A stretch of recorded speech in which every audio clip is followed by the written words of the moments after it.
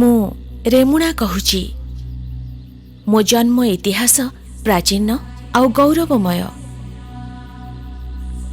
14 ବର୍ଷର ବନବାସ ପରେ ଅଯୋଧ୍ୟାକୁ ଫେରିବା ସମୟରେ ପ୍ରଭୁ ଶ୍ରୀରାମଚନ୍ଦ୍ର, ମା ସୀତା ଓ ଲକ୍ଷ୍ମଣଙ୍କର ସ୍ପର୍ଶ ପାଇ ନିଜକୁ ଧନ୍ୟ ମନେ କରିଥିଲେ। ମାତା ସୀତାଙ୍କର ଶୁଦ୍ଧ ସ୍ନାନ ପାଇଁ ରାମଚନ୍ଦ୍ର ଶରାଘାତ କରି ମୋ ମାଟିରୁ ସପ୍ତଶରା ନଦୀ ଉତ୍ପନ୍ନ କରିଥିଲେ। ସୀତା ସ୍ନାନ ପରେ ଶ୍ରୀରାମଙ୍କ ସହ ରମଣ କରିଥିବାରୁ ମୋ ନାମ ରେମୁଣା ଭାବରେ ପରିଚୟ ପାଇଲା। ମୁଁ ଲାଙ୍ଗୁଳା ନରସିଂହ ଦେବଙ୍କ ନିର୍ମିତ କ୍ଷୀରଚୋରା ଗୋପୀନାଥ ମନ୍ଦିର ପାଇଁ ସର୍ବଜନ ବିଦିତ।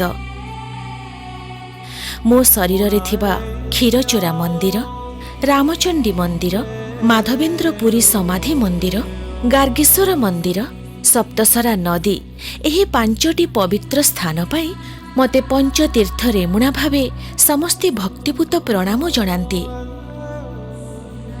ପୃଥିବୀ ପ୍ରସିଦ୍ଧ ଟୀକାକାର ଶ୍ରୀଧର ସ୍ୱାମୀ, ଦାର୍ଶନିକ ବଳଦେବ ବିଦ୍ୟାଭୂଷଣ, ଆନ୍ତର୍ଜାତିକ ଖ୍ୟାତିସମ୍ପନ୍ନ ନୃତ୍ୟଶିଳ୍ପୀ ରମଣୀ ରଞ୍ଜନଙ୍କ ପରି ଅନେକ କୃତି ସନ୍ତାନ ମୋ ମାଟିରେ ଜନ୍ମଲାଭ କରି ମୋତେ ଗୌରବମଣ୍ଡିତ କରିଛନ୍ତି।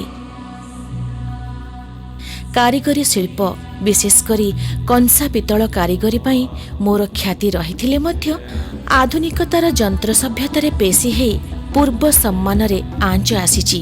ତଥାପି ସାମ୍ପ୍ରତିକ ସମୟର କୃତ୍ୟ କୀର୍ତ୍ତି ମୋତେ କିଛି ମାତ୍ରାରେ ସମ୍ମାନ ଦେଇଛି। ତନ୍ମଧ୍ୟରୁ ଫକୀରମୋହନ ବିଶ୍ୱବିଦ୍ୟାଳୟ, ସରକାରୀ ଡାକ୍ତରଖାନା, ସରକାରୀ ପଲିଟେକ୍ନିକ୍, ଅଗ୍ନିଶମ ସେବା ଅନୁଷ୍ଠାନ, ତହସିଲ କାର୍ଯ୍ୟାଳୟ ଅନ୍ୟତମ। ମୋ କୋଳରେ ବାସ କରୁଥିବା ସନ୍ତାନମାନଙ୍କୁ ମୋର ଖାଲି ଏତିକି ନିବେଦନ, ମୋର ହୃତ ଗୌରବକୁ ଫେରାଇ ଆଣିବା ସହ ନିଜ ଜନ୍ମ ମାଟିକୁ ବିଶ୍ୱ ଦରବାରରେ ସ୍ୱର୍ଣ୍ଣାକ୍ଷରରେ ଲିପିବଦ୍ଧ କରିବାରେ ଚେଷ୍ଟିତ ହୁଅନ୍ତୁ। ମୋତେ ଆହୁରି ରମଣୀୟ କରି ଗଢ଼ି ତୋଳିବାରେ ସହାୟକ ହୋଇ ମୋ ନାମକୁ ସାର୍ଥକ କରନ୍ତୁ ଆଉ ଉତ୍ତର ପିଢ଼ି ପାଇଁ ଉଦାହରଣ ସାଜନ୍ତୁ। ମୁଁ ରେମୁଣା ନାମକୁ ସ୍ୱର୍ଣ୍ଣାକ୍ଷରରେ ଲିପିବଦ୍ଧ କରିବାରେ ବ୍ରତୀ ହୁଅନ୍ତୁ। ହୁଏତ ଏହା ହିଁ ହେବ ମୋ ସମ୍ମାନ ପାଇଁ ମୋ ସନ୍ତାନମାନଙ୍କର ଶ୍ରେଷ୍ଠ ନିଦର୍ଶନ।